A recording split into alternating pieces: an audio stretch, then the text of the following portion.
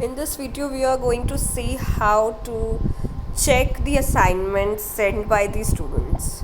So first of all, open your Google Classroom, and here you can see in my notifications I have got all the notifications and what they have sent. So in the class, open the classroom, whatever it is. Like I opened this classroom and open the classwork and open the assignment that you have sent. Now you can see that I have assigned the assignment to all these children, and two of these children have handed me in this assignment. So we can check these assignments. So I'm opening this girl's assignment. So this is the homework she has sent me, and I will open it.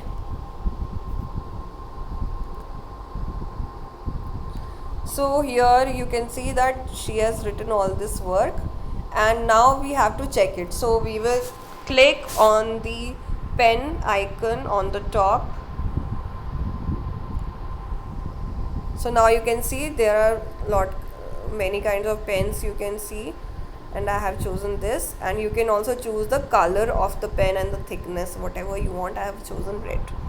So I can check it now. Robin's rule thought that the print was a footprint because it had toe seals. So this is right. And he was afraid because he mistook every bush and every tree to be a man who was falling. So this is right. So this is how you can check it, and now I have to save it. You must save it so that we can return them.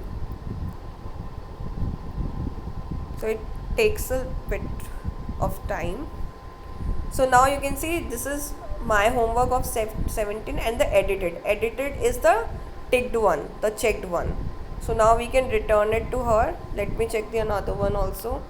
Children, you can ask children to send the whole homework or whole assignment into one PDF, so it becomes easier to check. She has sent the same one. She has sent the same, so I'm checking the just one. And now we can click on the return. Geetika will be notified. So I'm returning it.